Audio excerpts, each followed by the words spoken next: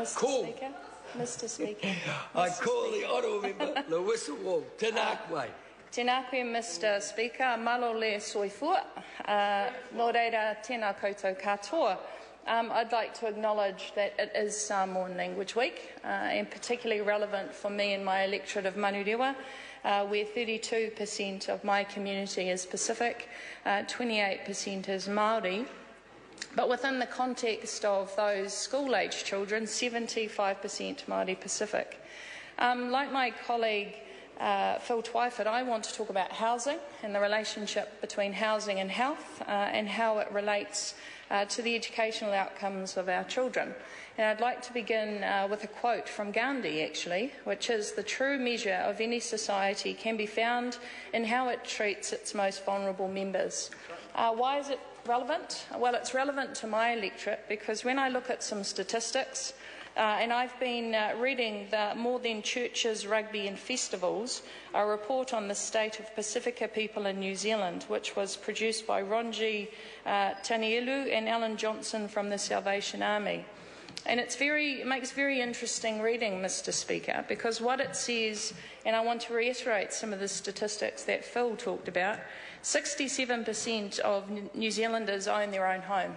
In my electorate of Manurewa, it's less than 50%, but what's relevant is that 37% of Pacific own their own home. So there's a huge disparity if we look at the general population and who owns their homes, and then the relevance, I guess, of that statistic to my electorate.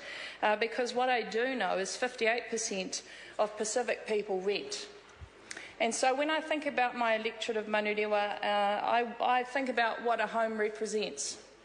So for me, it represents a stable base where I can learn my language, learn my culture, be fed, and where, for me, my parents ensured that my basic needs were met.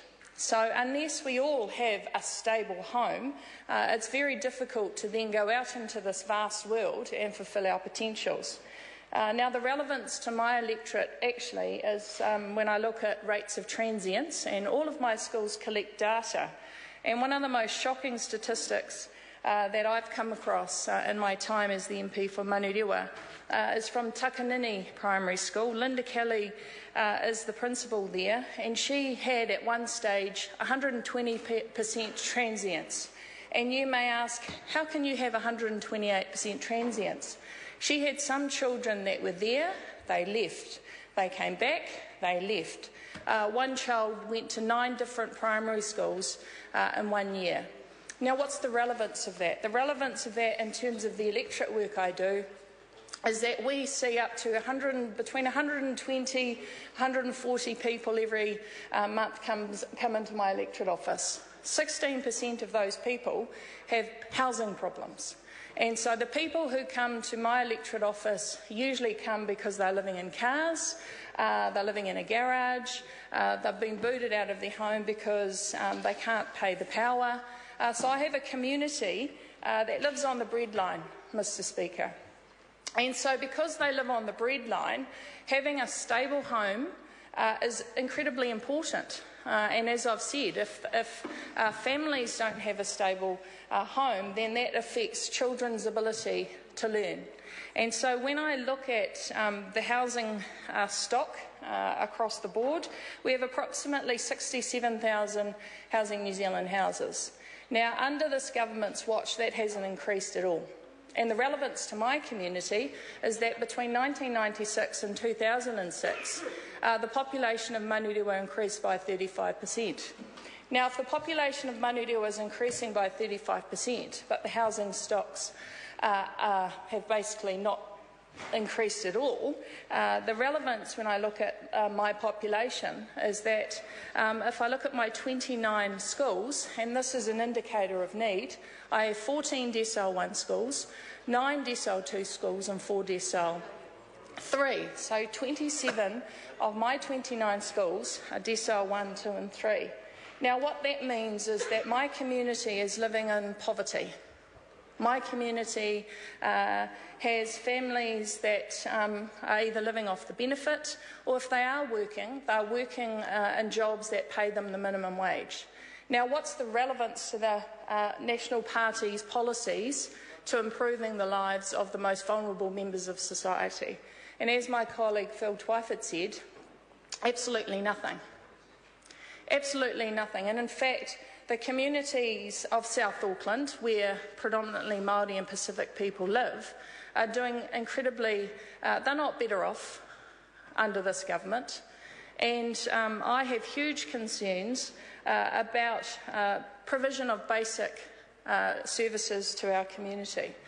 So when we look at that relevance then to health, and I look at the rheumatic fever statistics, we have approximately 200 people that die every year because of rheumatic fever-related illnesses. 200 people.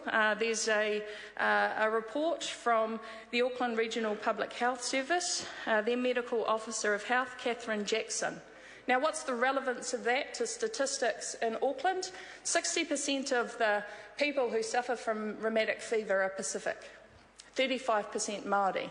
So we know this is a Māori Pacific disease related to the quality or lack of housing that they have.